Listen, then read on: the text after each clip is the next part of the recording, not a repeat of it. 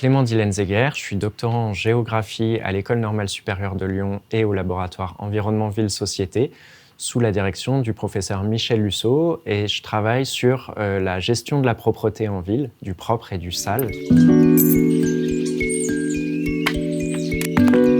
Ma thèse, elle porte sur la question de la propreté urbaine pour questionner un autre concept, qui est le concept de métabolisme urbain. Qu'est-ce que c'est que le métabolisme urbain ? C'est simplement une métaphore organique qui permet de comparer la ville et son fonctionnement à un corps ou à une cellule, puisque la ville comme la cellule, pour fonctionner, elles ont besoin d'attirer à elles des matières, de l'énergie, qu'elles digèrent, qu'elles transforment, et puis qu'elles excrètent, qu'elles rejettent. Donc cette métaphore, elle permet de parler du fonctionnement urbain, et avec l'exemple de la propreté urbaine, j'essaye, moi, de croiser différents points de vue sur le métabolisme, sur ce fonctionnement de la ville,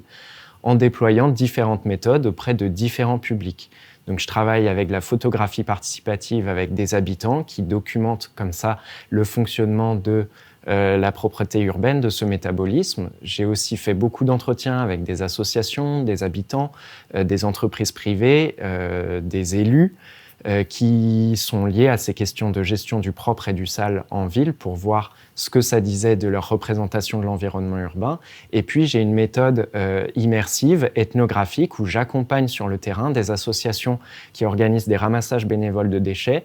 et les travailleurs du déchet, les cantonniers, qui tous les jours sont dans l'espace public des 3 villes que j'étudie, Lyon, Vienne et Athènes. L'idée de ce travail sur la propreté urbaine et les métabolismes urbains, c'est en fait de questionner les savoirs et les représentations environnementales sur la ville et de croiser les représentations et les savoirs des différents acteurs pour voir s'ils se complètent, s'ils sont les mêmes. Et tout ça, c'est éminemment politique, et là-dessus, je m'appuie sur un philosophe à qui la pensée environnementale doit beaucoup, qui s'appelle Bruno Latour et qui est décédé récemment,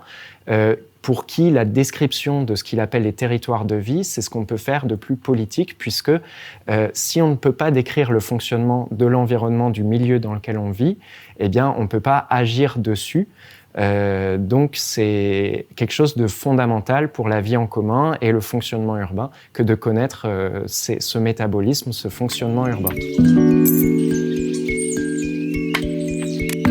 Cette recherche, elle est originale à plusieurs titres. Le premier, c'est que le métabolisme urbain, c'est un champ d'études qui grossit chaque année un peu plus, et on arrive très bien à quantifier les flux de matière et d'énergie dont a besoin, par exemple, la ville de Paris pour fonctionner tous les ans.